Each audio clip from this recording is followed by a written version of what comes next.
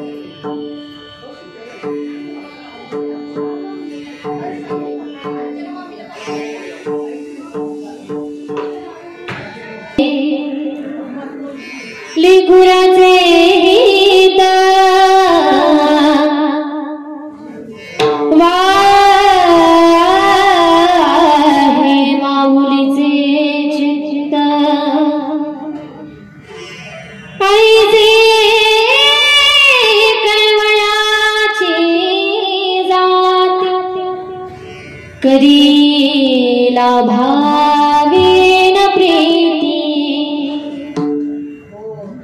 तोटी भारवाहे पोटी भारवाहे त्यांचे सर्वस्व हे साहे ऐसे कळवळाची जाती करीला भावेन प्रीती तुका म्हणे माझे तुका म्हणे माझे तुका म्हणे माझे तुम्हा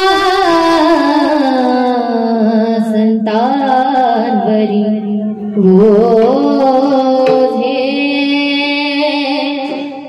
ऐसी कळवळाची जाती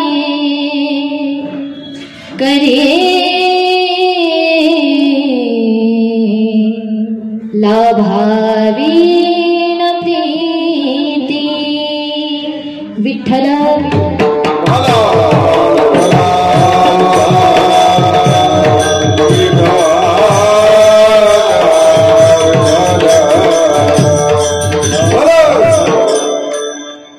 समचरण सरोजम सादया बुदावा जगननीत पाणिम मंडनम मंडनाना तरुण तुलसी माला कंधना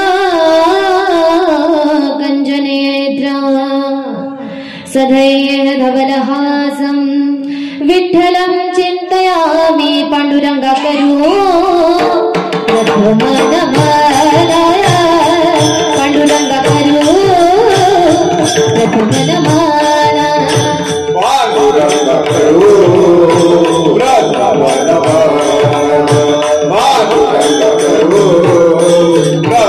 प्रथमनमाला पाण्डुरंगा करू प्रथमनमाला पाण्डुरंगा करू प्रथमनमाला पाण्डुरंगा करू प्रथमनमाला पाण्डुरंगा करू प्रथमनमाला दुसरे चरण संताची दुसरे चरण संताची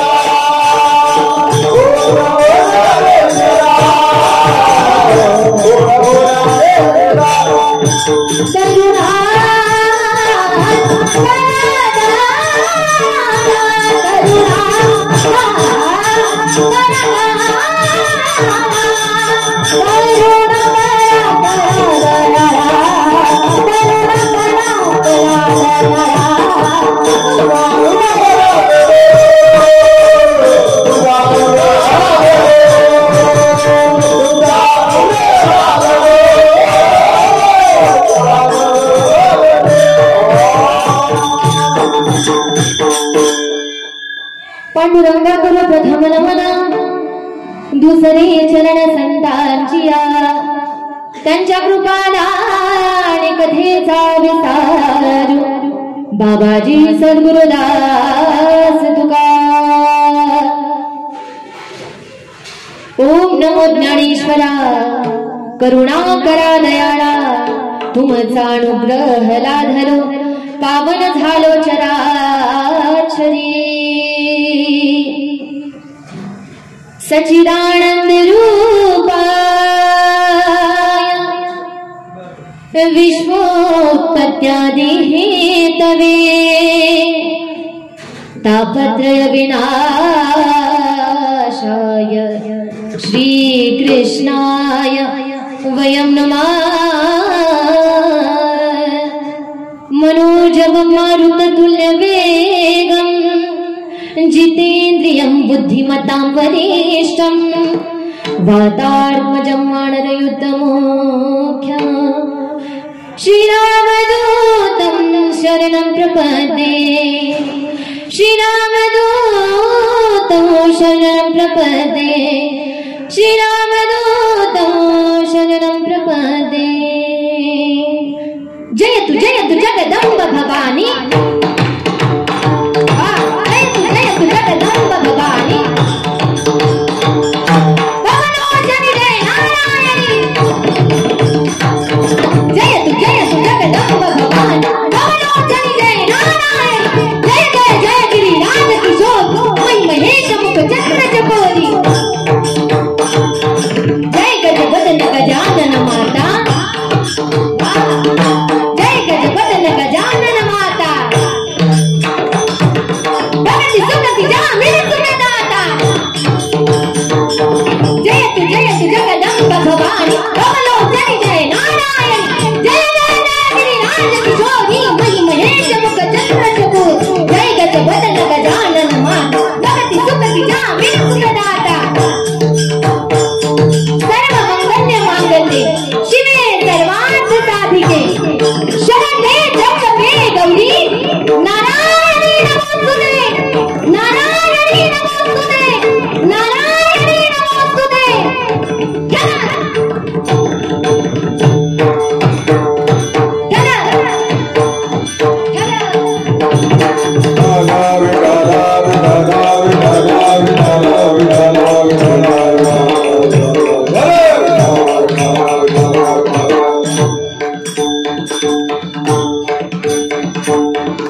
आमच्या मृदंगाचार्य दादांसाठी एकदा जोरदार टाळी वाजवा जोरदार। वा श्री संतांची माथा चरणावरी साष्टांग हे करी दंडवत।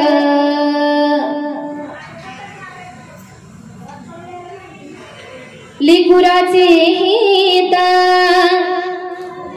वाहे माऊलीचे चित्त ऐसी कळबळाची जाती करीना भाविन प्रीती।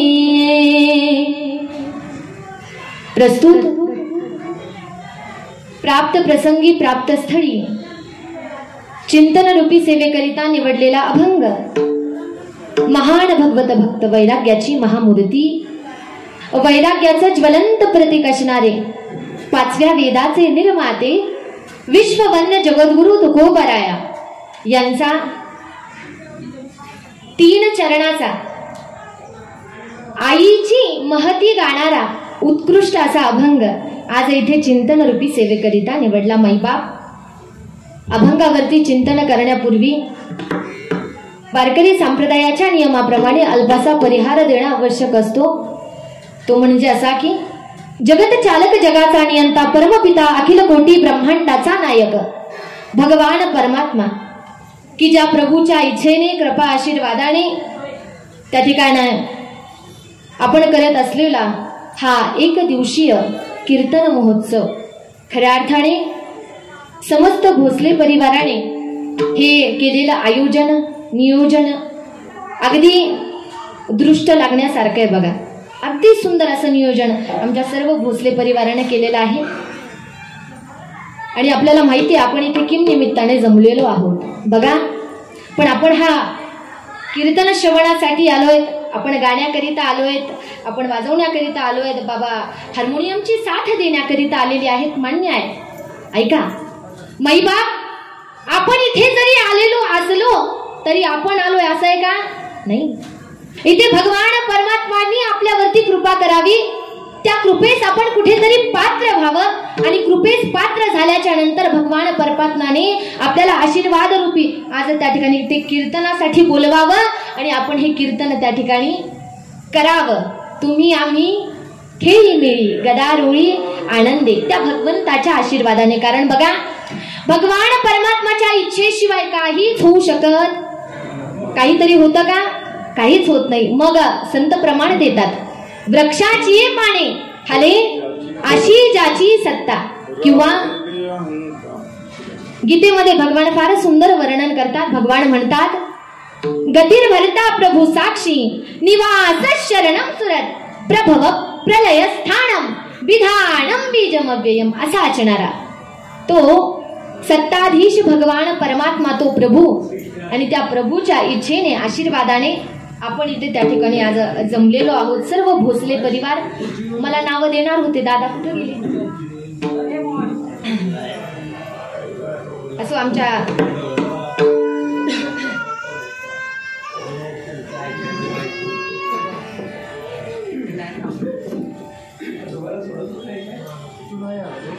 आमच्या सर्व त्या ठिकाणी या भोसले परिवाराने हे केलेलं आयोजन. अगदी आज या भोसले परिवारावरती खूप दुःखाचा क्षण त्या ठिकाणी आलेला आहे, खूप दुःखाचा. पण अगदी आपलं अध्यात्म एवढं सुंदर आहे मैबाप, एवढं सुंदर आहे की काय सांगावं तुम्हाला. एवढं सुंदर आहे की अगदी बघा, सुखात सुद्धा आपण भगवान परमात्माचं नामचिंतन करतो, पण या दुःखातून सुद्धा आम्हाला पुढे जाण्याची क्षमता भगवान परमात्माने आमच्यामध्ये द्यावी म्हणून सुद्धा आपण भगवंताचंच नामचिंतन करतो. म्हणून हा केलेला एवढा मोठा अट्टहास खऱ्या अर्थाने सर्व आहेत बघा. अगदी त्यांचे सुपुत्र असतील, त्यांच्या सुनबाई असतील, त्यांच्या मुली असतील, अगदी जो त्यांचा काही परिवार आहे त्या ठिकाणी मी नावं घेते बघा. ऐका काय नातं हे तुमचं तुम्हाला लगेच क्लिक होऊन जाईल. ऐका, त्या ठिकाणी श्रीमान श्री हरिभक्ती परायण आमचे श्री मनोहर दादा सूर्यकांत जी भोसले, त्या ठिकाणी त्यानंतर आमचे श्री हरिभक्ती परायण मोहन दादा सूर्यकांत जी भोसले. अगदी ही दोन्ही आईंची सुपुत्र आहेत वाटतं, बरोबर ना? ही दोन्ही त्या ठिकाणी सुपुत्र आहेत. आणि अगदी मैबाप आज ते एवढा मोठा कार्यक्रम करतायत. आपण सर्व पाहुणे राहुणे आप्तेष्ट मंडळी आज इथे आलेलो आहोत का? की त्यांना कुठेतरी आपण त्या दुःखातून पुढे नेण्यासाठी आपण काहीतरी करावं. कारण बघा, आज या दोन्ही भावंडांवरती डोंगर कोसळलाय, आपल्या सर्वांना ज्ञात आहे. तुम्हाला सांगू, जीवनातली आई जाणं काय तितकं सोपं असतं का? वाटते तेवढी सोपी गोष्ट आहे. अहो, माणसाच्या श्वासात श्वास असेपर्यंत माणसाला असं वाटतं की माझी आई कायम माझ्याजवळ असली पाहिजे. ती असली पाहिजे का? कारण बघा, जगाच्या पाठीवर तुम्ही कितीही गुन्हे करा, कुठेही जा, गुन्हे करा, तुम्हाला या जगाच्या पाठीवर कुठल्याच अदालतमध्ये माफी मिळणार, कुठल्याच अदालतमध्ये माफी नाही मिळणार मैबाप. कुठेच अगदी छोट्यातली छोटी गोष्ट चुकली ना तरी नाही मिळणार. पण तुम्हाला सांगू, कितीही मोठा गुन्हा होऊ द्या तुमच्याकडून, कितीही मोठा होऊ द्या, आणि तुम्ही तुमच्या आईकडे या आणि आईला सांगा नुसतं, आई माझ्याकडून ही चूक झाली ग. चूक नाही तर हा गुन्हा झालाय मैबाप. त्यावेळेस ती माऊली तुमचा गुन्हा बघत नाही, काहीच बघत नाही, तुम्हाला जवळ घेते, तुम्हाला मिठी मारते, तुमच्या मुख कमलावरतून स्वतःचे हात फिरवते आणि म्हणते, दादा अरे काय व्हायचं तर व्हावं दे, तुझी आई तुझ्या पाठीमागे आहे, काळजी करू नकोस. म्हणून आतापर्यंत आमचे सूर्यकांत त्या ठिकाणी, अगदी आमचे मनोहर दादा असतील, आमचे मोहन दादा असतील, त्या ठिकाणी खूप त्यांना दुःख होत आहे. काय करावं काय? आजपर्यंत प्रत्येक गोष्टीला आई असायची. जेवण करायचंय हे आवडलं नाही, आई आहे. कुठं गेली, आई आहे. प्रत्येक गोष्टीला आई आई आई आई करत असावं. पण आज 1 वर्ष झालं की आमची दोन्ही भावंड एवढ्या मोठ्या दुःखात आहेत की अगदी जणू काय त्यांच्यावरती आभाळ कोसळावं एवढं दुःख त्यांना आहे मैबा. काय सांगावं, आईचं वर्णन मी काय करावं? अहो, आईचं वर्णन भगवान परमात्माने करावं, आईचं वर्णन साधू संतांनी करावं. आईचे गोडवे जेवढे गावेत तेवढे कमीच आहे, कितीही गा ते कमीच आहेत. बघा, असं म्हणतात की समुद्राचा त्या ठिकाणी शाही जरी केली, आपण समुद्राची शाही केली आणि पृथ्वीचा कागद जरी केला ना, समुद्राची शाही करून पृथ्वीचा कागद करून सुद्धा ज्या आईचे गोडवे गायला, त्या ठिकाणी आपले मुख थकावं, आपले हात थकावे, तरी सुद्धा जिचं ममत्व आपल्याला लिहिता सुद्धा नाही यावं, त्या पात्राला आई असं म्हणतात. त्याला आई असं म्हणतात. माय म्हणतात कुणाला? ऐका माई बाप, आपल्याला समोर चिंतन करायचंच आहे.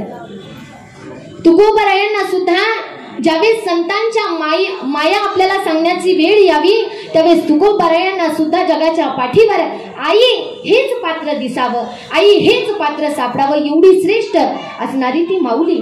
आणि आज त्या माऊलीच्या पुण्यस्मरणार्थ हा त्या ठिकाणी जमलेला पूर्ण भोसले परिवार, आमचे दोन्ही भावंड असतील, आमच्या दोन्ही भावंडांना सुद्धा मी धन्यवाद करते. त्यानंतर श्री हरिभक्तीपरायण आमच्या ताई सोनल ताई श्यामदादा पाटील त्या ठिकाणी बहीण आहेत, बरोबर ना, आईसाहेबांच्या त्या ठिकाणी बहीण सुद्धा इथे उपस्थित आहेत. त्यानंतर श्री हरिभक्तीपरायण शिवाजी दादा सीतारामजी भोसले, श्री हरिभक्तीपरायण ओम प्रकाश दादा देवीदास राम भोसले, श्री हरिभक्तीपरायण योगेश दादा देवीदासजी भोसले आणि श्री हरिभक्तीपरायण संग्राम दादा शिवाजीरावजी भोसले. हा सर्व त्या ठिकाणी भोसले परिवार, त्यांचे आप्तेष्ट, त्यांच्या सुनबाई, त्यांचे नातू त्या ठिकाणी सर्व, आणि अगदी मला वाटतं त्यांच्या सासूबाई सुद्धा आजी समोरच आहेत खरंच. आणि अगदी मला असं वाटतं की आईंनी जीवनामध्ये काय करून गेल्यात, आई जीवनामध्ये किती सुंदर जगल्यात, किती सुंदर जगल्यात. तुम्हाला सांगू, जगाच्या पाठीवर एखाद्या स्त्रीचं वर्णन कौतुक करत असताना बाकीचं गाव सगळं कौतुक करेल, वर्णन करेल, पण सासू पटकन करते का? करते का? करते का? बा, तुमच्या साताऱ्यातल्या सासवा खूपच भारी आहेत. वा, चांगली गोष्ट आहे. पण आमच्या इकडे तसं नाही आहे. आमच्या इकडे सासू शेवटपर्यंत काही सुनाला, पण अगदी मला आनंद वाटला की साताऱ्यातल्या सासवा सगळ्या भारी आहेत. आणि अगदी ज्यावेळेस मी आईंचं त्या ठिकाणी सांगते, वर्णन करते, त्यावेळेस त्यांच्या सासूबाईंच्या सुद्धा डोळ्यात पाणी यावं, एवढं सुंदर जीवन आमच्या श्री हरिभक्तीपरायण, आमच्या सौभाग्यवती, आमच्या भारतीताई खऱ्या अर्थाने आईंनी ते जीवन जगलंय आणि आपण सर्व त्यांच्या जीवन जगण्याचे साथीदार आहोत. बघा, ऐका, जगद्गुरु तुकोबरायांचा अभंग इथे मी चिंतन रूपी सेवेकरिता निवडलेला आहे. जगद्गुरु तुकोबराय काकड्याच्या पहिल्याच मंगल चरणामध्ये हा अभंग त्या ठिकाणी येतो, पहिल्याच मंगल चरणामध्ये येतो. मग पहिल्याच बघा, एक तर मंगल चरण, मंगलमय काय आहे? जगाच्या पाठीवर मांगल्याचं स्वरूप जर काय असेल तर ते भगवान परमात्माचं काय आहे? नाम आहे. संत तुलसीदासजी वर्णन करतात, मंगल भावना मंगल हारी द्रवहु सुदर्शना जरा बिहारी राम सिया राम जय जय राम सिया राम जय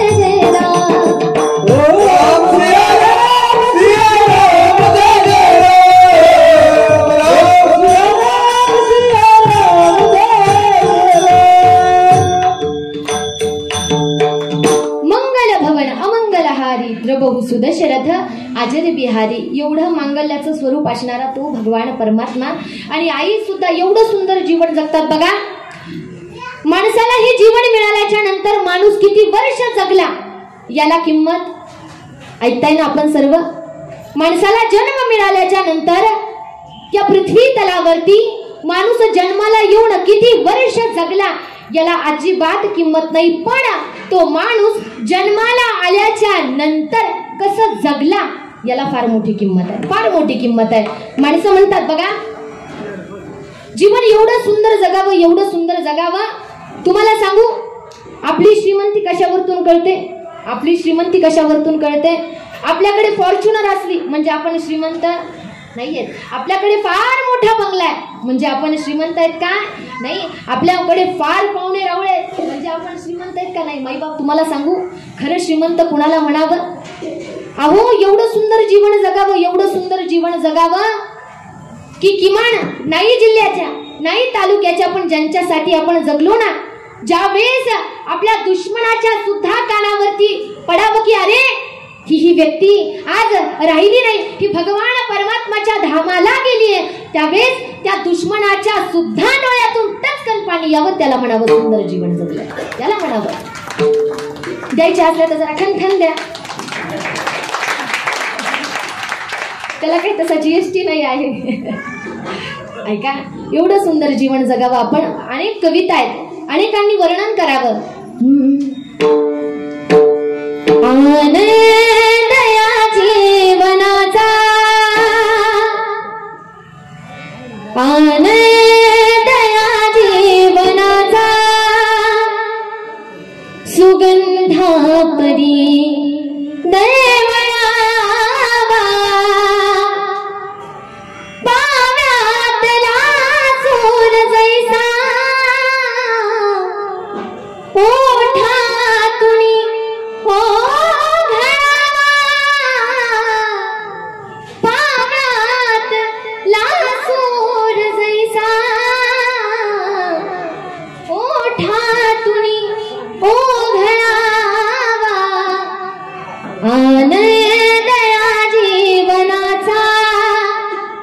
सुगंधा परी दयावा, आनंद या जीवनाचा, सुगंधा परी दयावा. एवढं सुंदर जीवन आपण जगलं पाहिजे की आपल्या जगण्याचा सुगंध जसा फुलाचा सुगंध पसरतो ना, तसा आपल्या जगण्याचा सुद्धा सुगंध पसरावा. एवढं सुंदर जीवन जगावं. बघा, आज चिंतन रूपी सेवेसाठी, कीर्तन रूपी सेवेसाठी महाराष्ट्रातील सर्व नामांकित इथे महाराज मंडळी त्या ठिकाणी जमलेली आहेत. अगदी सुंदर ज्यांनी सुरुवातही केली आणि ठाईची चाल सुद्धा समोर ज्यांनी गायली असे असणारे वयानं ज्येष्ठ आहेत श्री हरिभक्ती परायण आमचे श्री निलेश बाबा आहेत. बाबांनाही धन्यवाद देते. श्री हरिभक्ती परायण जवळे बाबा, बाबांनाही धन्यवाद. सॉरी आमचे लवळे बाबा आहेत, बाबांना सुद्धा धन्यवाद. श्री हरिभक्ती परायण नितीन दादा आहेत, दादांनाही धन्यवाद. आणि अगदी रुबाबदार आमचे श्री हरिभक्ती परायण वयानं ज्येष्ठ असणारे आमचे श्री हरिभक्ती परायण आमचे बापू साहेब बाबा आहेत, बाबांना सुद्धा धन्यवाद. श्री हरिभक्ती परायण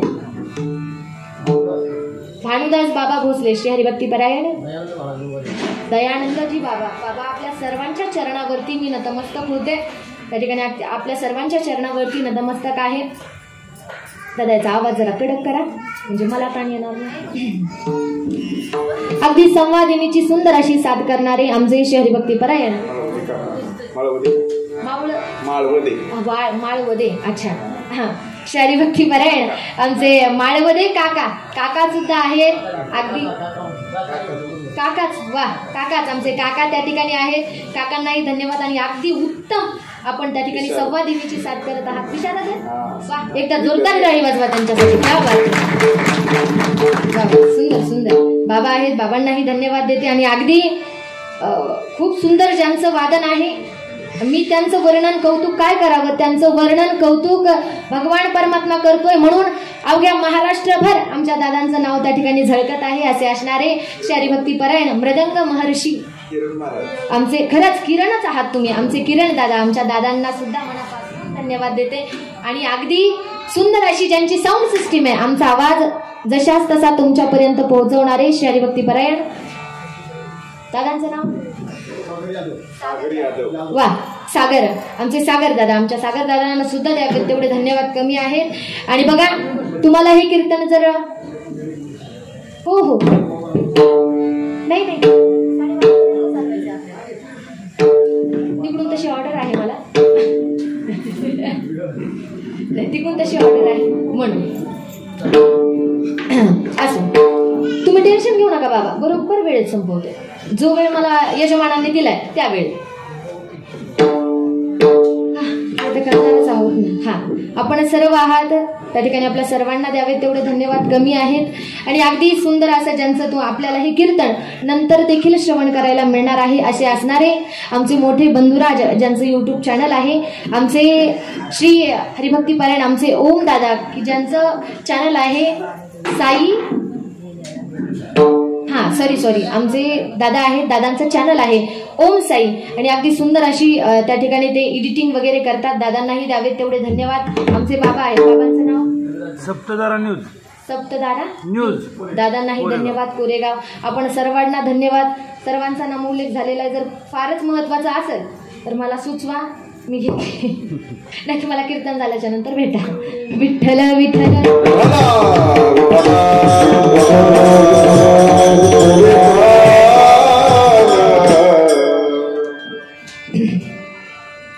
अभंग हा जगद्गुरु तुकोबारायांचा निवडलाय. जगद्गुरु तुकोबाराय या अभंगाद्वारे आईची महती गातात. जगद्गुरु तुकोबाराय म्हणतात, लेकुराचे हित वाहे माऊलीचे चित्त, आईची कळवळ्याची जाती करी लाभाविण प्रीती. लाभाविण जी आपल्यावरती प्रेम करते. जगाच्या पाठीवरती एकच पात्र आहे, ते पात्र म्हणजे आपली आई. पोटी फार वाहे त्यांचे सर्वस्व हीच आहे. आणि हे सगळं झाल्याच्या नंतर तुकोबाराय म्हणतात की तुका म्हणे माझे आणि तुम्हा संतांवरी होजे.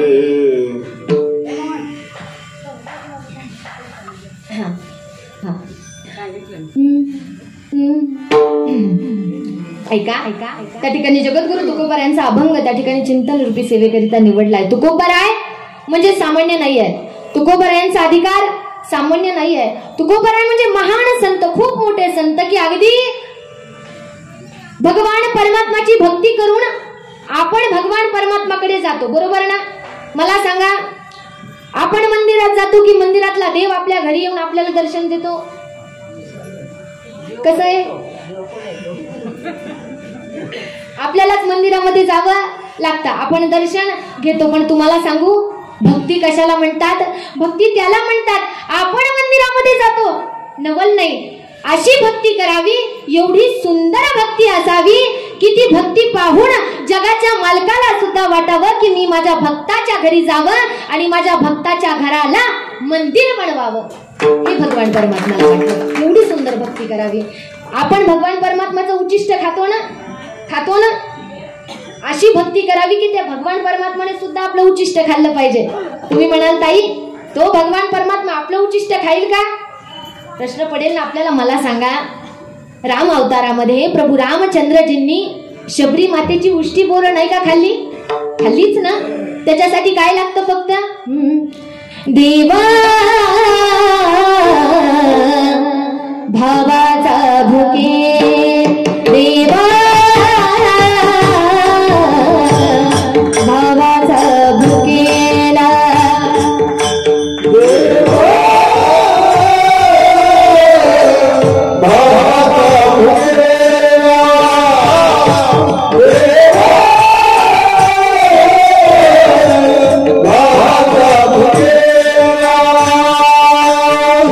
दुष्काळ तयाला, हाची दुष्काळ तयाला, हाची दुष्काळ तयाला,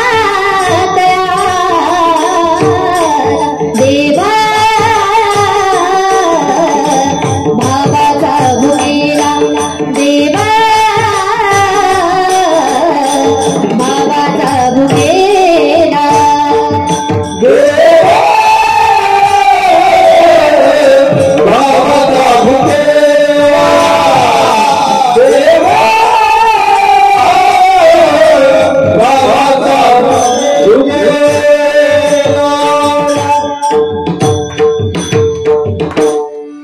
देवा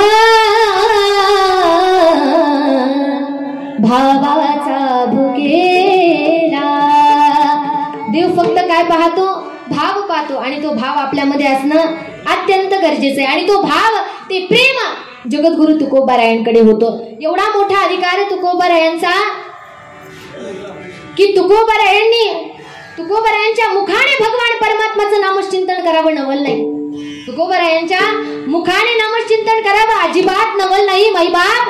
तुकोबराय ज्या वाटेवरतून चालतात त्या वाटेवरची रज कण सुद्धा विठ्ठल विठ्ठल म्हणतात. जगद्गुरु तुकोबराय ज्या दगडावरती बसून भजन करतात त्या दगडामधून सुद्धा विठ्ठल विठ्ठल नामाचा जयघोष यावा. मैबाप जगद्गुरु तुकोबरायांनी जिथे बसून भजन करावं तिथे जेवढी पक्षांनी यावं त्या पक्षांनी सुद्धा भगवंताच्या नामाचा जयघोष करावा. एवढे अधिकार संपन्न जगद्गुरु तुकोबराय हा अधिकार प्राप्त झाला. अधिकार प्राप्त करून आपल्यासाठी पंचम वेद निर्माण केला. एवढे मोठे जगद्गुरु तुकोबराय, ऐका मैबाप, एवढे मोठे असणारे तुकोबराय, तुकोबरायांना संतांचं संतत्व, संतांची महती, संतांची माया सांगण्यासाठी जर कुठलं पात्र लाभलं असेल तर ते कोणतं? आईच. तुकोबराय म्हणतात, लेकुराचे हित वाहे माहुलीचे चित्त. लेकुराचं हित जर कोणी जाणत असेल तर ती कोण जाणते? फक्त आणि फक्त आपली आई जाणते. एवढं हित जाणते, एवढं हित जाणते मैबाप. ऐका, लक्षपूर्वक एक प्रसंग सांगते तुम्हाला, एक दृष्टांत सांगते, ऐका नाही. हो, कीर्तन झाल्याच्या नंतर गप्पाच मारायच्यात आपल्याला. कीर्तन झाल्याच्या नंतर गप्पा मारा, कीर्तनात मारू नका. ऐका, कारण मी पुढचं बोलायचं काम नाही, संतांची खूप प्रमाण आहे. ऐका, एक दृष्टांत सांगते. आई लेकराला, त्या ठिकाणी लेकराचं हित आईला कशा पद्धतीने माहिती असतं आणि ते हित लेकराचं होण्याकरिता ती आई किती पराकाष्ठा करते, स्वतःच्या जीवाची सुद्धा ती माऊली पर्वा करत नाही. ऐका, एक गृहस्थ होतं, एक जोडपं होतं. त्या जोडप्यामध्ये ज्या आई साहेब होत्या, ज्या माऊली होत्या, त्या गर्भवती होत्या. अगदी लहानसं कुटुंब, फुटका संसार असणारा त्यांचा तो चालत असलेला, दररोज मोल मजुरी करावी, मोल मजुरी करून कसा तरी प्रपंच तो चालवावा. त्या ठिकाणी त्या आईने गरोदर असावं. मैबाप, आता त्यांचे दिवस भरत येणार आहेत, प्रसूती काळ जवळ येणार आहे. पतिदेवांना माहिती आहे जवळ आलाय, म्हणून पतिदेव कामाला जात नाहीयेत, कारण कामाला बाहेर गावी जावं लागतं. जसं आपण इथून पुण्याला जातो, कुणी मुंबईला जातं, तसं बाहेर गावी जावं लागतं. आणि पहिलेच्या काळामध्ये काय आपल्यासारख्या व्यवस्था होत्या का की 100 किलोमीटरचं अंतर अगदी 2 तासामध्ये काटा, असं होतं का? अजिबात नव्हतं. त्या काळचा तो काळ. ऐका, त्यावेळेस त्या माऊलीचा त्या ठिकाणी प्रसूती काळ जवळ आलेला आणि त्यांच्या स्वामींनी तिच्या मालकाडी म्हणावं, सती तुझा प्रसूती काळ जवळ आलेला आहे, आपल्याला इथे कुणी आपल्या ओळखीचं पाळखीचं नाही आहे. उगा आडी अडचणीच्या कामामध्ये काही लागलं, काही सवरलं, काही झालं तर उगाच आपल्याला त्याचं आयुष्यभर त्या ठिकाणी दुःख पश्चाताप होत राहील. आपण काय करू, काय मी इथेच तुझ्या जवळच थांबतो. त्यावेळेस त्या माऊलीने सांगावं, स्वामी ऐका ना, ऐका स्वामी, तुम्ही म्हणताय ना हरकत नाही, तुम्ही राहा, पण ऐका ना स्वामी, तुम्ही जा, याच्याकरिता जा की आजपर्यंत आपण दोघं होतो, आता आपल्यामध्ये एक तिसरा पाहुणा सुद्धा येणार आहे. स्वामी तुम्ही जा, काही लागलं सवरलं, माझी सहाय्यता करायला कोण आहे? ज्याचं कुणी नसतो त्याचा कोण असतो? देव कैवारी असतो. त्या माऊलीने म्हणावं, कसं तसं समजावून त्या माऊलीने स्वतःच्या पतिदेवाला बाहेर गावी कामासाठी पाठवावं. प्रसूती काळ त्या ठिकाणी जवळ आलेला. त्या माऊलीला वेदना व्हायला चालू लागल्या, वेदना व्हायला लागल्या. आता काय करावं, कुणाला बोलवावं? जवळ तर कुणीच नाही, गाव अनोळखी, काय करावं नेमकं? काहीच कल्पना नाही, लक्षात येत नाही. तर त्यांची एक नणंद होती छोटी, 4-5 वर्षाची, 5-1 वर्षाची असेल. त्या नंदीला त्या ठिकाणी ती नणंद जवळ येते आणि म्हणते, बहिणी तुम्हाला काय झालंय, मी काय सहाय्यता करू तुम्ही सांगा. त्या 4-5 वर्षाच्या मुलीला काय कळणार आहे? त्यावेळेस त्या मुलीला काहीच कळू नये. त्या सांगावं त्या आई साहेबांनी की वंश काही नका करू, कुणाला तरी एखाद्या स्त्रीला बघा, मला एका अनुभवी स्त्रीची फार गरज आहे. असं म्हटल्याच्या नंतर म्हणावं, ठीक आहे, अख्खं गावभर त्या नंदेने फिरावं, इकडे जावं तिकडे जावं, प्रत्येकाकडे जावं, मदत मागावी, पण कुणीच मदतीला धावून येत नव्हतं. कुलवानच घरच्या स्त्रियांना कळत होतं काय चालू आहे, काय वेदना होत असतील, पण त्यांना घराची मर्यादा ओलांडून घराच्या बाहेर पाऊल टाकता येत नव्हतं. म्हणून काय करावं, काय केलं पाहिजे म्हणून त्या नंदीने अगदी आकाशाकडे तोंड करावं आणि म्हणावं, भगवंता अरे गरीबाचं कुणीच नसतं का रे या जगतामध्ये? गरीबासाठी कुणीच नाहीये, गरीबांना कायम असंच आहे का? तिने भगवान परमात्माकडे त्या ठिकाणी वेदना मांडाव्यात माई बाप. त्यावेळेस कुठून तरी काय कुणास ठाऊक एक साधूजी येतात आणि साधूजींना त्या छोट्या 5 वर्षाच्या मुलीने म्हणावं, साधूजी माझी मदत करता. साधूंनी म्हणावं, बाळा मी तुझी काय मदत करू शकतो? त्यावेळेस त्या मुलीने म्हणावं, साधूजी मी आजपर्यंत ऐकलंय की साधू संत हे जगाच्या कल्याणासाठी त्या ठिकाणी आहेत. जगाच्या कल्याण संतांच्या विभूती देह कष्ट विधी परोपकारे. जे का रंजले गांजले त्याचे म्हणो जो आपुले तोची साधू ओळखावा देव तेथेची जाणावा. मी ऐकलंय साधूजी माझी मदत करा. त्या साधूंनी म्हणावं, सांग बाळा तुला काय मदत हवी आहे? त्यावेळेस सांगावं की साधूजी माझ्या बहिणीला खूप वेदना होत आहेत, तुम्ही काहीतरी मदत करा, काहीतरी अंगारा बुक्का काहीतरी द्या की जेणेकरून माझ्या बहिणीच्या वेदना कमी होतील. त्यावेळेस साधूजींनी म्हणावं, ऐक मुली, अगं मी हा अंगारा देतो, या अंगाराने थोडंसं होईला बरं वाटेल, पण माझा एक निरोप तुझ्या बहिणीला दे. म्हणे काय? त्यावेळेस त्या साधूजींनी सांगावं, माझा निरोप असा आहे की तू तुझ्या बहिणीला असं सांग की बहिणी आता जर तुमची प्रसूती झाली तर जगातलं सगळ्यात दरिद्री बाळ तुमच्या पोटी जन्माला येईल. कारण सध्या अशुभ काळ चालू आहे. आता जर तुमची प्रसूती झाली तर जगतातलं सगळ्यात दरिद्री बाळ तुमच्या पोटी जन्माला येईल. पण जर तुम्ही एक प्रहर प्रसूती थांबवली तर जगातलं सगळ्यात चतुर बाळ तुमच्या पोटी जन्माला येईल. साधूजींनी सांगितलं हाच निरोप त्या 5 वर्षाच्या मुलीने त्या नंदेने स्वतःच्या बहिणीला सांगितला. आता तिला माहिती नव्हतं की प्रसूती स्त्रीच्या हातात नाहीये थांबवणं न थांबवणं. ज्यावेळेस हे कानावरती पडावं की माझ्या पोटी जर आत्ताच मूल जन्माला आलं तर ते जगातलं सगळ्यात दरिद्री मूल असेल, त्यावेळेस ती माऊली म्हणते मला अशा मुलाला जन्म नाही द्यायचा आहे की ते या जगातलं दरिद्री मूल असेल. असं कोणत्या आईला वाटतं? कोणत्या आईला कुणालाच वाटत नाही.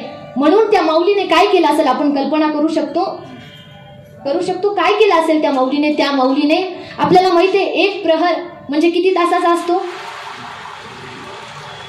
झोपल्या का काय? झोपू नका सांगा चला. एक प्रहर किती तासाचा असतो? एवढा लोड घेऊ नका, मी सांगते का.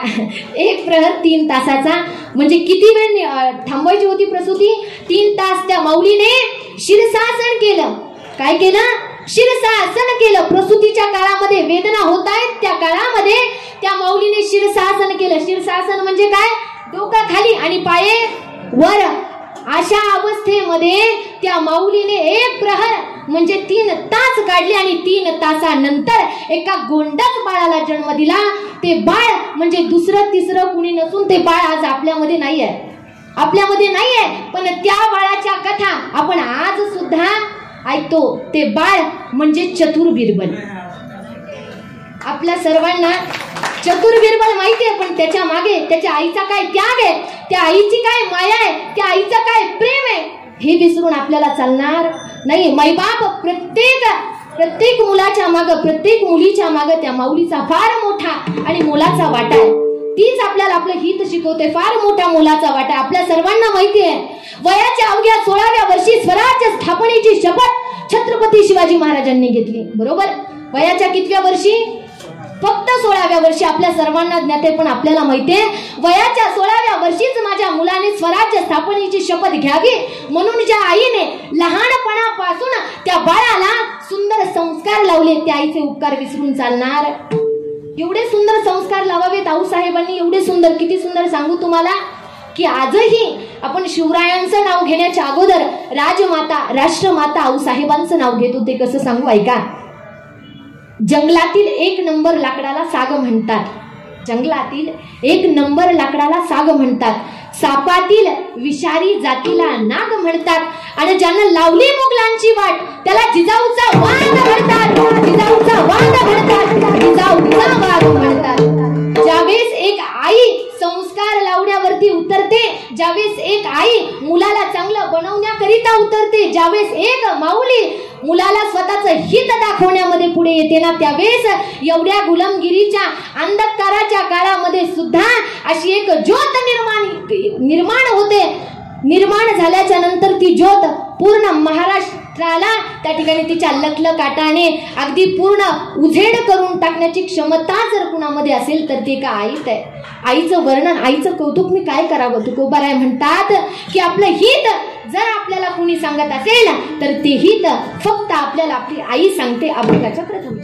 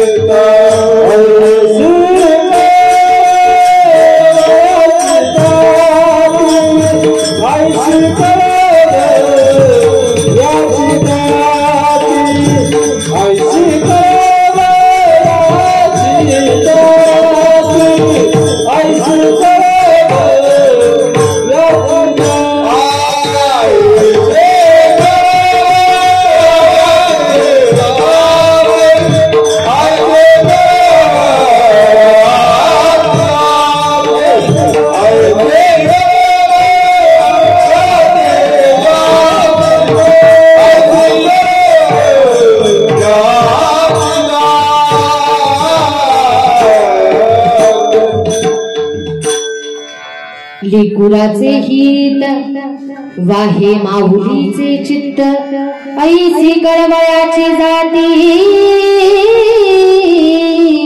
कधी लाभावीन प्रीती.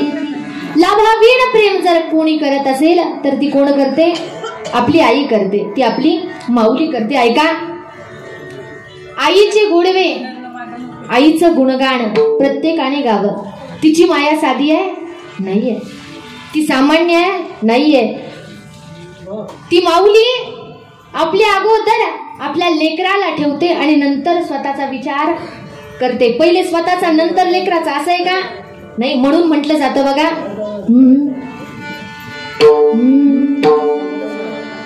आई माझी मायेचा सागर दिला तिने जीवनाकार.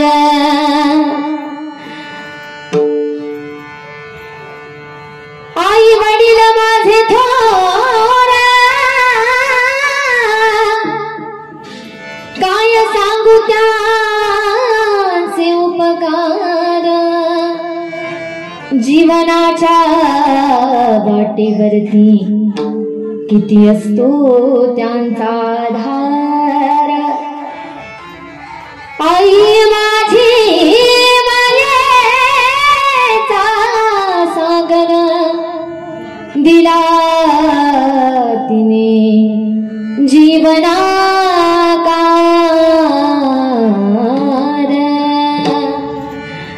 ती आई त्या काळामध्ये ज्यावेळेस तिने शेतात जावं ना, बाहेर फिरायला जावं ना, आता आपल्याला एक नाही 50-50 चप्पल आहेत. त्यावेळेस तिच्याकडे होती का? एक सुद्धा चप्पल नसावी. तळपत्या उन्हात रखरखत्या रानात न्हाईनीच माझ्यासाठी तू ग कष्टाच्या घामात. ती आपल्यासाठी घामाने भिजली, आपल्यासाठी तिने एवढं करावं आपल्यासाठी. मैबाप तो काळ आठवा, तो काळ. आपल्या सर्वांना माझ्यासमोर वृद्ध माता बसलेल्या आहेत. तुमच्या काळामध्ये काही गिरण्या वगैरे होत्या का? नाही. त्या काळामध्ये आपल्याला काय करावं लागायचं? सकाळी 4ला उठावं, सगळ्यांच्या अगोदर उठावं, काय जे सडा सारवणं असेल ते सगळं करावं आणि केल्याच्या नंतर पहिलं काम कुठलं असावं? जात्यावरती बसावं आणि दळण दळावं. दळण दळून परत शांत आहेत का आपण? अजिबात नाही. परत स्वयंपाक करावा, परत तो वाढावा आणि वाढल्याच्या नंतर परत शेतात जावं, परत शेतात जावं. हे तिची दिनचर्या कायम चालूच. तिच्या हाताला कधी ठेपाच, तिचा हात कधी थांबलाच, पण कायम तिने स्वतःच्या अगोदर माझ्यासाठी दुरडीमध्ये भाकर राहिली की नाही या गोष्टीचा विचार त्या माऊलीने कधीच करू नये. कायम तिने कुणाचा विचार करावा? माझ्या लेकराने खाल्ला असेल का, माझं लेकरू जेवला असेल का, कायम हाच विचार करावा. ऐका मैबाप, ती आई स्वतःसाठी दिवसही जगत नाही. ती आई फक्त आणि फक्त जर कुणासाठी जगत असेल ना तर तिच्या लेकरासाठी, तिच्या पतीसाठी, तिच्या कुटुंबासाठी, तिच्या या प्रपंचासाठी जगत असणारं ते एक पात्र आहे, ती माऊली आहे. एवढं सुंदर तिने जीवन जगावं. आणि मला तर असं आज वाटतंय की आमच्या सौभाग्यवती आमच्या भारती आई साहेब एवढं सुंदर जीवन जगल्यात, एवढं सुंदर जीवन जगल्यात. तुम्हाला सांगू, कुणाच्याही पुण्यस्मरणाला कीर्तन होत नाही. होतं का? सांगा मला तुम्ही, होतं का? नाही होत. कुणाच्याही पुण्यस्मरणाला कीर्तन अजिबात होत नाही. कीर्तन भगवंताचं नामचिंतन त्यांच्याच पुण्यस्मरणाला होतं की ज्यांनी जीवनभर परमार्थ जपला. कुणाच्याही होत नाही. मला असं आज वाटतंय की खऱ्या अर्थाने आई साहेब स्वर्गातून भगवान परमात्माच्या चरणाजवळ बसून म्हणत असतील की आजपर्यंत जे जगले ना ते खरंच त्या भगवान परमात्माने सार्थक केलंय. आई साहेब म्हणत असतील, याच्यासाठी गेला याच्यासाठी गेला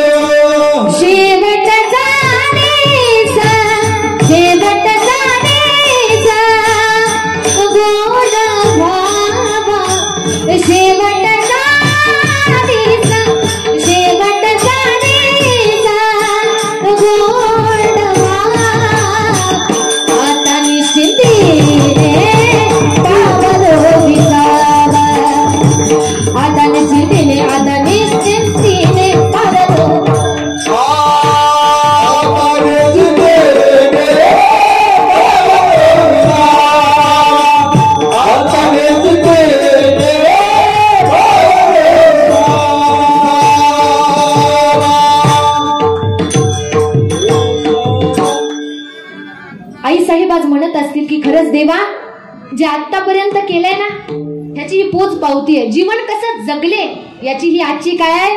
पोच पावती आहे. आज आपण सर्व इथे या सर्व भोसले परिवाराच्या प्रेमाखातर आपण आलेलो, बरोबर ना?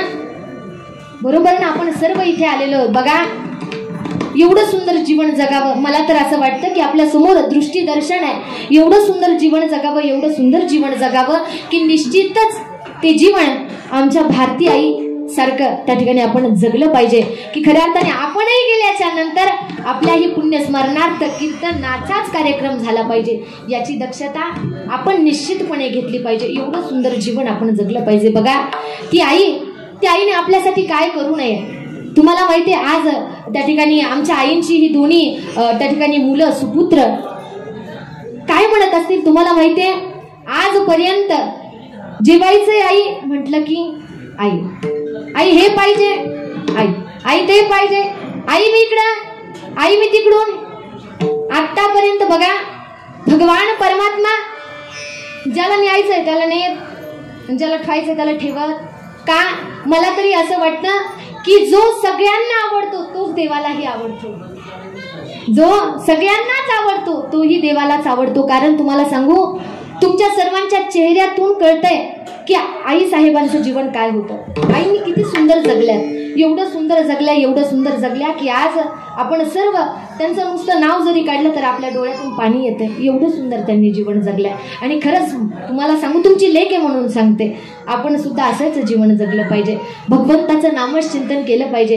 काहीतरी जीवनामध्ये साधना आपण केलीच पाहिजे, तेव्हाच या जीवनाची सार्थकता. नाही तर आहे का? नाही. मी पहिल्यांदाच सांगितलं, किती जगलात काही नाही, कसं जगलात याला महत्व आहे. असं जगावं आपण, असं जगावं की आपल्या जगण्याची पोच पावती मिळावी. ती कशी मिळते सांगू तुम्हाला? ज्यावेळेस आपली मुलं सुद्धा अध्यात्मात असतात त्यावेळेस त्या कामाची काय मिळते आपल्याला? पोच पावती मिळते. असं असणारं त्या ठिकाणी सर्व हा त्या ठिकाणी भोसले परिवार. मला फक्त तुम्ही सांगून द्या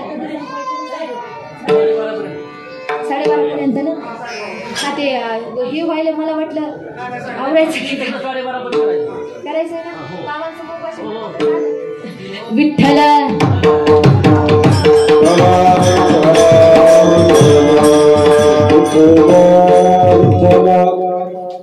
ऐका, एकाग्र चित्त करून ऐका. आई सांगते मी तुम्हाला काय असते ती आई.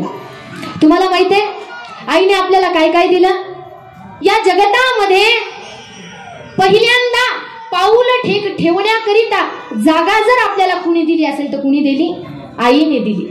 तिच्या उदरामध्ये आपल्याला पहिल्यांदा पाऊल ठेवायला जागा दिली. मैबाप, तुम्हाला एक गोष्ट सांगू ऐका. एखाद्या परक्या गावामध्ये आपण गेलेलो असावं कामाच्या निमित्ताने, काहीतरी काम आहे म्हणून जावं. अहो गेल्याच्या नंतर कुणीतरी आपल्याला, आपण राहण्यासाठी व्यवस्था शोधतोय, रूम शोधतोय, पण मिळत नाही. कुणीतरी यावं आणि म्हणावं, दादा कशासाठी आले, काय काम? त्यावेळेस म्हणावं की मला रूम पाहिजे राहण्याकरिता. त्या भल्या माणसाने आपल्याला राहण्याकरिता रूम द्यावी. आपण 5-10 वर्ष त्या गावामध्ये राहावं आणि राहिल्याच्या नंतर एखादी वेळेस सहज आपण चहा पीत बसलेलो असावं. माणसाच्या तोंडातून सहज उद्गार बाहेर पडतात. तो मनुष्य म्हणतो, रामभाऊ ज्यावेळेस या गावात आलो ना, अहो पाऊल ठेवायला जागा नव्हती. हो, ज्यावेळेस या गावात आलो ना त्यावेळेस पाऊल ठेवायला जागा नव्हती रामभाऊ, पण श्यामभाऊ सारख्या देव माणसाने त्या ठिकाणी राहण्याकरिता रूम उपलब्ध करून दिली. काय म्हणतो? श्यामभाऊ सारख्या माणसाने राहण्याकरिता रूम उपलब्ध करून दिली. काय शब्द वापरला? देव माणूस. तुम्हाला सांगू, ज्या आईने या जगात पाऊल ठेवण्याकरिता आपल्या उदरामध्ये आपल्याला जागा दिली ना पहिल्यांदा, ती आई देवच नाही तर मला असं वाटतं देवापेक्षा काकण भर श्रेष्ठ आहे. म्हणून त्या आईचे आपल्यावरती उपकार आहे. ते आपण कशानेच फेडू नाही शकत, नाही फेडू शकत.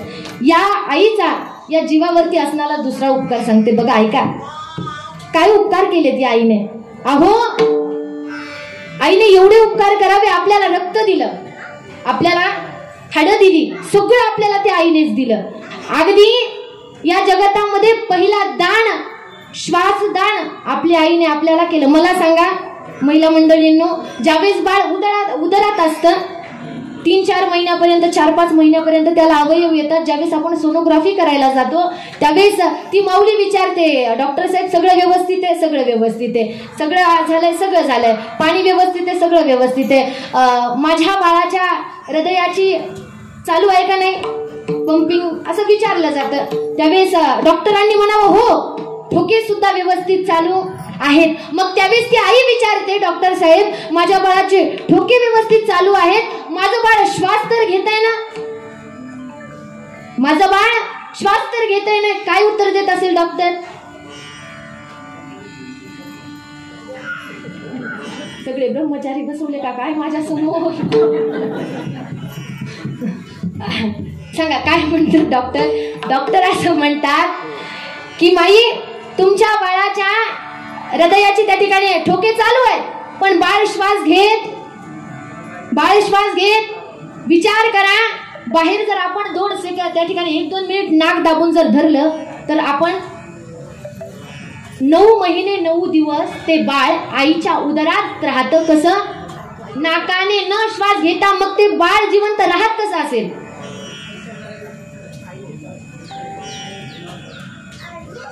तुम्ही सगळ्या आईच आहात ना ग, बोला ना मग, मी तुमची लेखच आहे. ऐका मी सांगते तुम्हाला. त्यावेळेस ते बाळ स्वतःच्या नाकाने श्वास घेत नाही. त्यावेळेस जो श्वास आई घेते त्यातला अर्धा श्वास डायरेक्ट ट्रान्सफर बाळाला होतो. कशाद्वारे? हा, आपल्या काय बोलतात त्याला गावरान भाषेमध्ये, त्याला काय म्हणतो आपण? नाळ म्हणतो. त्या नाळाच्या द्वारे आईने घेतलेला श्वास, एका श्वासातला अर्धा श्वास डायरेक्ट कुणाला ट्रान्सफर होतो? बाळाला होतो. माईबाप पहिल्यांदा आपल्याला श्वास देणारी जर कोण असेल तर ती माऊली आहे. त्या मातेचा तिसरा उपकार आहे का? त्या मातेने किती उपकार करावेत? त्या आईच्या त्या ठिकाणी दुधापासून आपलं हे बनलेलं शरीर. कधी कधी माणसं आईच्या दुधाला विसरतात, माणसं त्या माऊलीच्या दुधाला विसरतात. बघा, महाराष्ट्रामध्ये फिरत असताना असे अनेक प्रसंग येतात की मोठ्या मोठ्या माणसांची, ज्यांची बंगले अगदी 2-2, 4-4 कोटीचे, त्यांची माय बाबा कुठे आहेत? वृद्धाश्रमामध्ये आहेत. कुठे? आणि बंगला किती आहे? त्यावेळेस ते लोक म्हणतात, खूपच बडबड करतात आमचे आई आणि पप्पा. आपण विचारावं का ठेवलंय त्यांना वृद्धाश्रमात? ते काय म्हणतात? खूप बडबड करतात, खूप बोलतात, खूप असं करतात, खूप तसं करतात. मला वाटतं अशा माणसांनी विचार केला पाहिजे की अरे, ज्यावेळेस तुला बोलायला सुद्धा येत नव्हतं, तुझी बोबडी ऐकून सुद्धा ज्या मायबापांना आनंदच व्हावा. तुला ज्यावेळेस चालता येत नव्हतं, ज्यावेळेस तुझ्या हाताला धरून ज्यांनी तू थोडासा जरी भिंतीला हात टेकत जरी चाललो आपण, तरी ज्या मायबापांना आनंदच व्हावा. प्रत्येक गोष्ट त्या मायबापांनी आपल्यासाठी केली, आपणही त्यांच्यासाठी केली. खऱ्या अर्थाने आईंचं जीवन धन्य आहे की एवढी सुंदर सुपुत्र त्यांच्या पोटी जन्माला आली. एवढी सुंदर सुपुत्र की अगदी एवढा मोठा अट्टहास त्यांनी केलाय. मी तुम्हाला सांगत होते, त्या दुधापासून आपल्याला आईने हाडं दिली. असं म्हणतात, रक्ताच्या 2 थेंबापासून 1 थेंब दूध तयार होतं. बरोबर ना? एवढं तिने कुणासाठी केलं? फक्त पोटच्या लेकराकरिता केलं. त्या दुधाची किमया सांगते मी तुम्हाला. ते दूध किती पावन आहे, ते किती पवित्र आहे. बघा, दूध गाईचं सुद्धा आहे, दूध म्हशीचं सुद्धा आहे, दूध बकरीचं सुद्धा आहे, दूध आहे ना. पण मला सांगा, कधीतरी आपल्या कानावरती पडतंय की गाईचं दूध फुटलं, म्हशीचं दूध नासलं, बकरीचं दूध खराब झालं? आजपर्यंत आपल्या कानावरती आलंय? आईचं दूध कधी नासलंय, खराब झालंय, आलं कानावरती? का? का आलं नसावं? सांगू तुम्हाला माईबाप, का आलं नसावं? गाईचं, म्हशीचं, शेळीचं, बकरीचं दूध दूध आहे. गाईचं, शेळीचं, म्हशीचं, बकरीचं दूध हे दूध आहे. पण आईचं दूध हे दूध नसून ते अमृतापेक्षा ही सरस आहे, म्हणून त्याला कधी असेल हे आहे.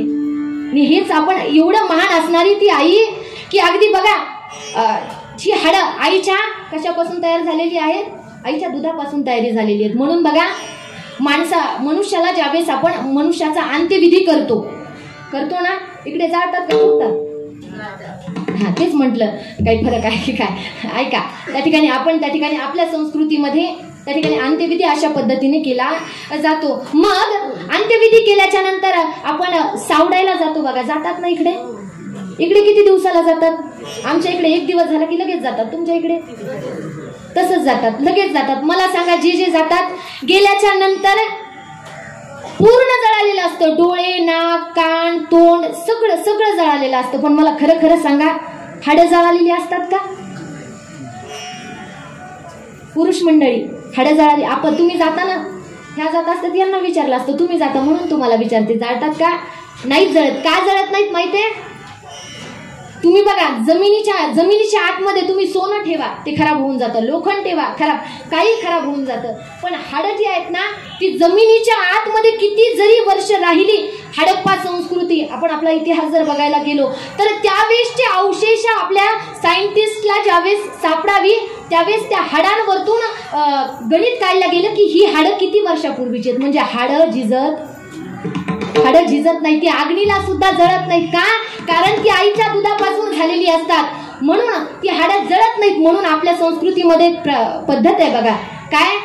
अस्थि विसर्जनाचा विधी असतो ना, अस्थि विसर्जनाचा विधी. त्या अस्थि आपण कुठे टाकतो?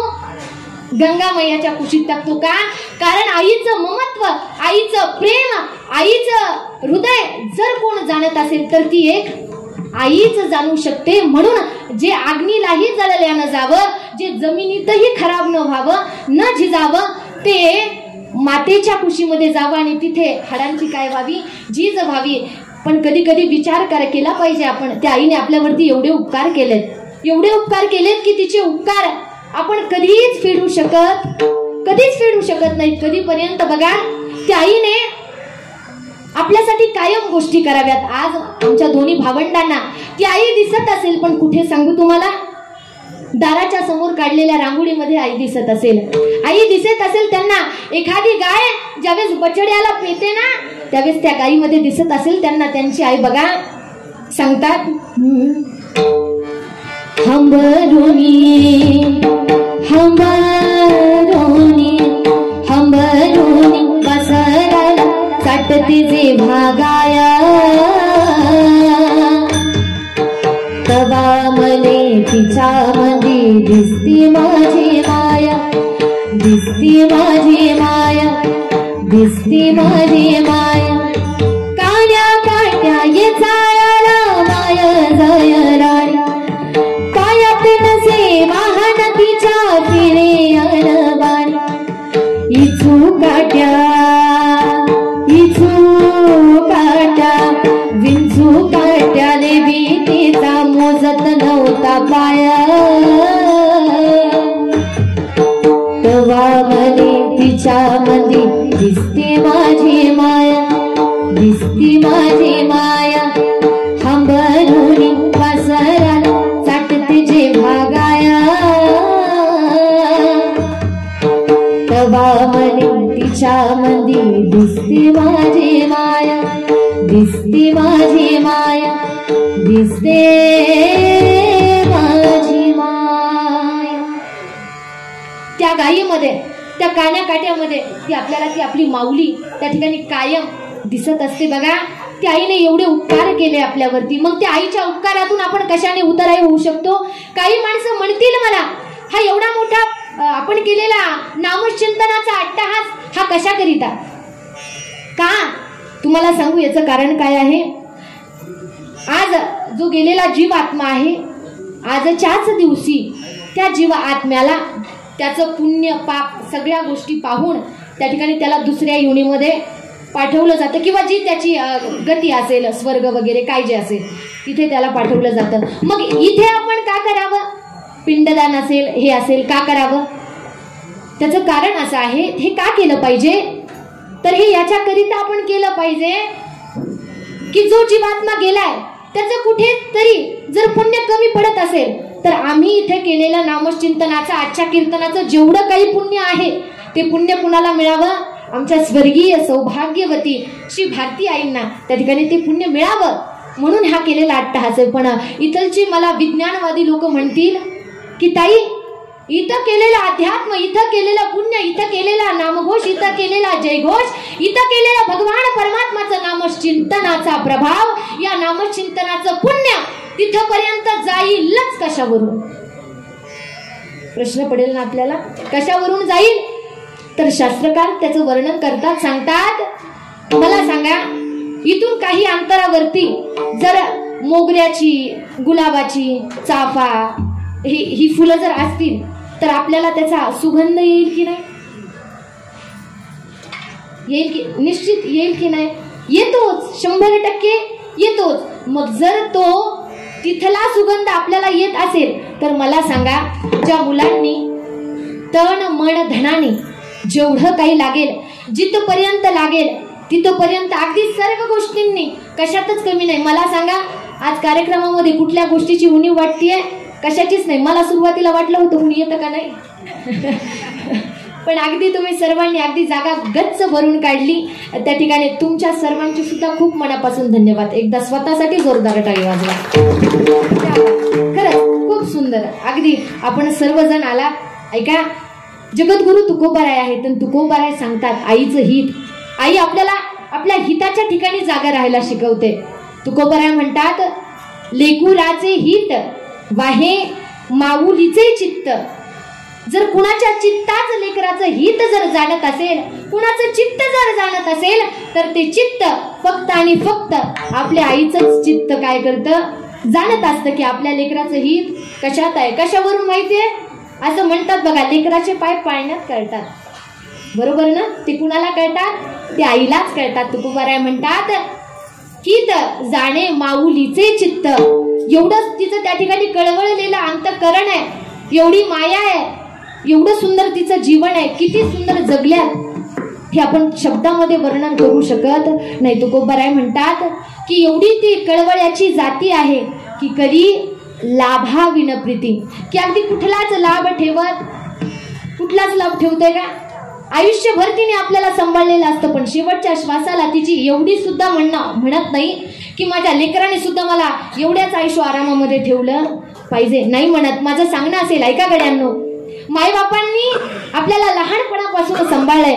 वृद्धपणामध्ये आपण त्या मायबापाचा आधार होणं ही आपली जबाबदारी आहे आणि आपण निश्चित रूपाने झालंच पाहिजे, केलंच पाहिजे. का? कारण आपली संस्कृती आहे.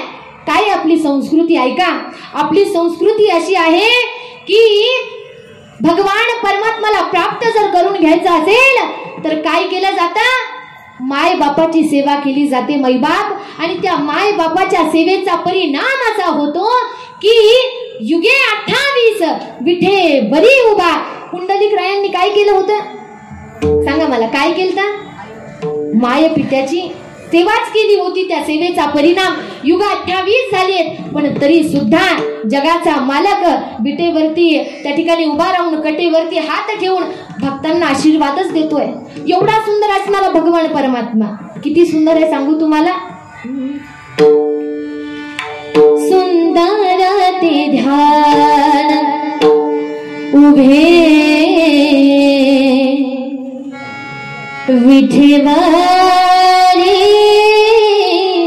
सुंदर ते ध्यान उभे विठेवरी, सुंदर ते ध्यान उभे विठेवरी, सुंदर ते ध्यान.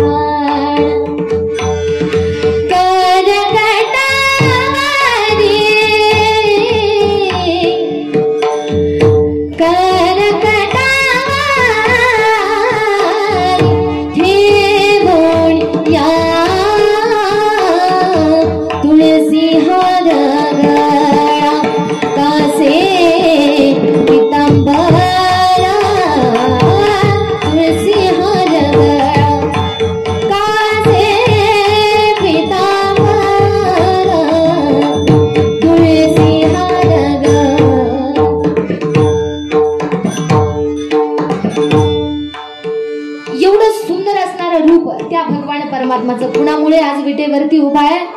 तर आज कुणामुळे जर विटेवरती उभा असेल तर तो मायपित्याची सेवा केलेले त्या ठिकाणी पुंडलिक राय, त्यांच्यामुळे आज विटेवरचा पांडुरंग परमात्मा विटेवरती उभा राहून आपल्या सर्वांना आशीर्वाद देतोय. ऐका, आज त्या ठिकाणी कीर्तनासाठी अगदी अधिकारही मोठाच आहे. त्यांचं नामोल्लेख अशा असणाऱ्या आपल्या प्रभागाचं वैभव असणारे माननीय आमदार साहेब श्री हरिभक्ती परायण आमचे महेश दादा शिंदे साहेब, बरोबर ना? आमचे महेश दादा शिंदे त्या ठिकाणी आमदार आहेत. आपल्या भागाचं प्रेम त्यांच्यावरती आहे आणि खऱ्या अर्थाने आमच्या दादांना काहीतरी कामाकरिता जावं लागलं, पण आमच्या दादांचा आग्रह, दादांचं प्रेम, त्यांची जवळीक एवढी की आमच्या दादांनी म्हणावं, खासदार साहेबांनी म्हणावं की माझं तर काही येणं होत नाही, पण आम्ही आमच्या सौभाग्यवतींना त्या ठिकाणी पाठवतो. अशा असणाऱ्या श्री हरिभक्ती परायण आणि अगदी हरिभक्ती परायण आमदार साहेबांच्या पत्नी डॉक्टर प्रियंकाताई महेशजी शिंदे ताई इथे उपस्थित आहेत. ताईंचं टाळी वाजून जोरदार.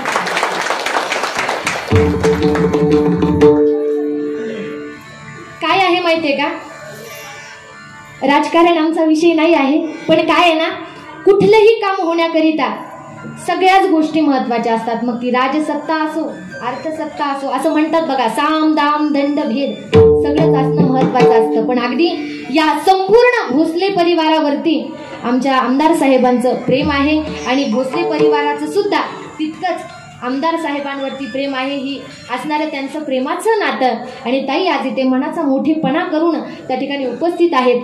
ताईंना धन्यवाद. आपण सर्व आहात, आपल्यालाही धन्यवाद. बघा ऐका, ताई आहेत. आता माझ्याकडे काही फारसा वेळ राहिलेला नाही आहे, 10च मिनिट आहेत. पुष्पांजली नाही का?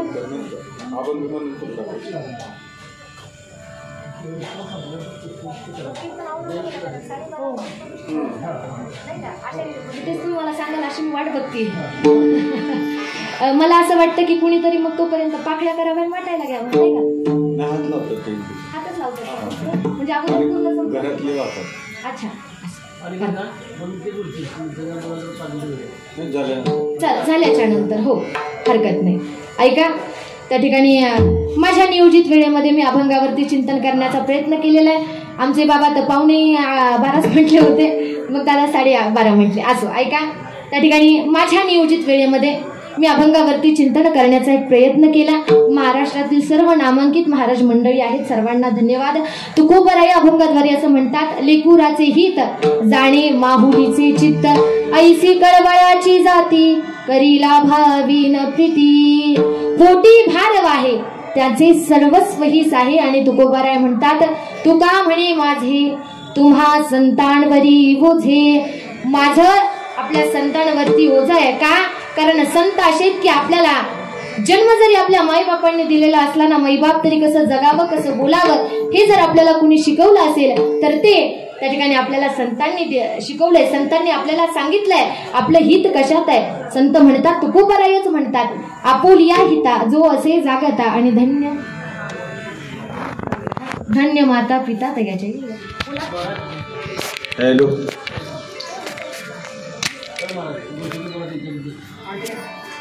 थांबा एक ठिकाणी 1 मिनिट.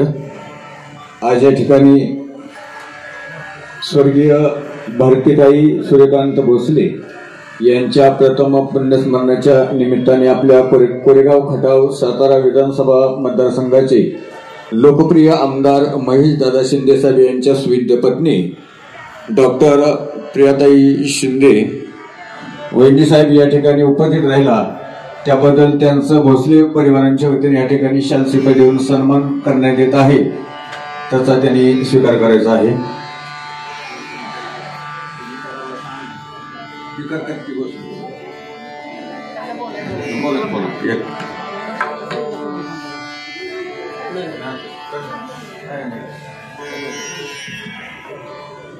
आज स्वर्गीय भारतीताई भोसले यांचं प्रथम पुण्यस्मरण आणि त्यानिमित्त उपस्थित हरिभक्तीपरायण ज्ञानेश्वरताई सोळंके जालना जिल्ह्याचे, त्यांचं अप्रतिम कीर्तन सेवा इथे झाली. त्यांना खूप खूप धन्यवाद. आणि या कार्यक्रमानिमित्त उपस्थित भोसले परिवारांचे सर्व आप्तेष्ट मित्रमंडळी आणि त्यांच्या सुखदुःखात सामील असलेले सर्वच जण. आज आमदार महेश दादांकडून सर्व भोसले कुटुंबियांना त्यांच्या सुखदुःखामध्ये आमदार साहेब सम्मिलित आहेत आणि स्वर्गीय भारतीताई भोसले यांना मोक्षप्राप्ती व्हावी ही मी ईश्वरचरणी सद्गुरूचरणी प्रार्थना व्यक्त करते. आणि त्यांचे कुटुंबीय आणि आमदार महेश दादा यांचे हे ऋणानुबंध कायमचेच आहेत आणि असेच राहोत आणि असेच वृद्धिंगत राहोत अशी मी सद्गुरूचरणी प्रार्थना व्यक्त करते. आणि आपल्या या कौटुंबिक भावनिक प्रसंगी आमदार महेश दादांची आपण आठवण केली त्याबद्दल आपल्या सगळ्यांचे खूप खूप धन्यवाद.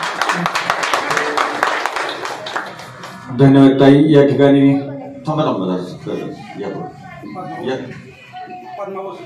या ठिकाणी सौ पद्माताई भोसले हे प्रियताई भोसले शिंदे बहिणीच्या साहेबांचा सन्मान करत आहेत. पुंडलिकावर देव विठ्ठल श्री ज्ञानदेव तुकाराम पंढरीनाथ भगवान की जय. या ठिकाणी कोरेगाव तालुक्याचे उपनगराध्यक्ष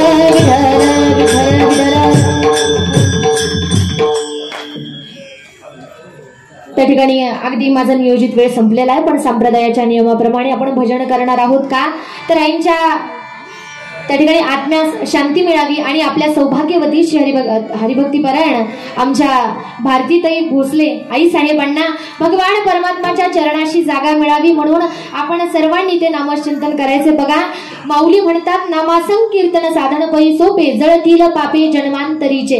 नामासंग घरी बसून तुम्ही जर एक माळ ओढली तर तुमच्या खात्यावरती अकाउंट मध्ये एकाच माळीचं पुण्य पडेल. पण इथे जर आपल्या सर्वांनी किमान 5 मिनिट जरी नामजप केला तर एकाच्या खात्यावरती जेवढी माणसं बसले तेवढं सगळ्यांचं पुण्य पडेल. आणि हे सगळ्यांचं पुण्य आमच्या आई साहेबांच्या तिथे कामी यावं आणि आमच्या आई साहेबांना भगवान परमात्माच्या चरणाशी जागा मिळावी एवढीच भगवंताच्या चरणी प्रार्थना. आपण एकदा भजन करूयात. मला वाटतं आपण सर्वांनी वरती हात घ्या एक 5 मिनिट. जो खेल गए प्राणों पे, जो खेल गए प्राणों पे श्री राम के लिए, एक बार तो हाथ उठा दो मेरे हनुमान के लिए, एक बार तो हाथ उठा दो मेरे हनुमान के लिए, एक बार तो हाथ उठा दो मेरे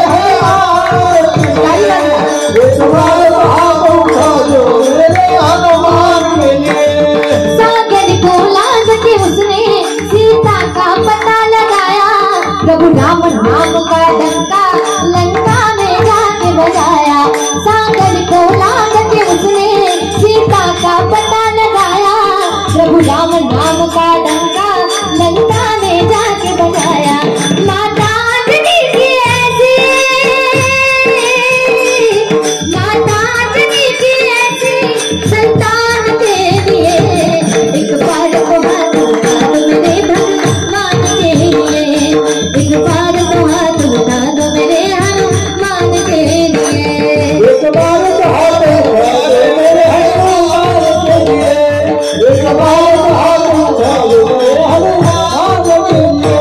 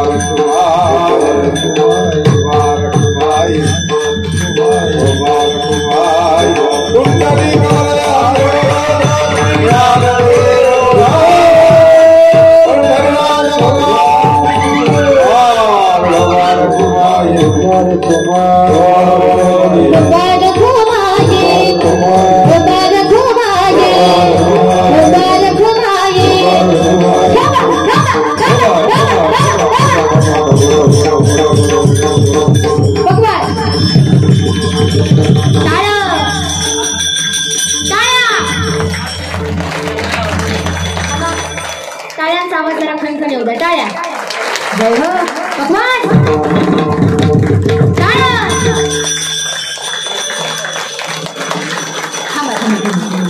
आता काय करू आपण?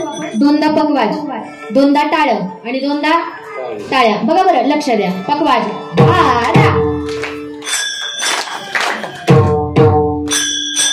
जय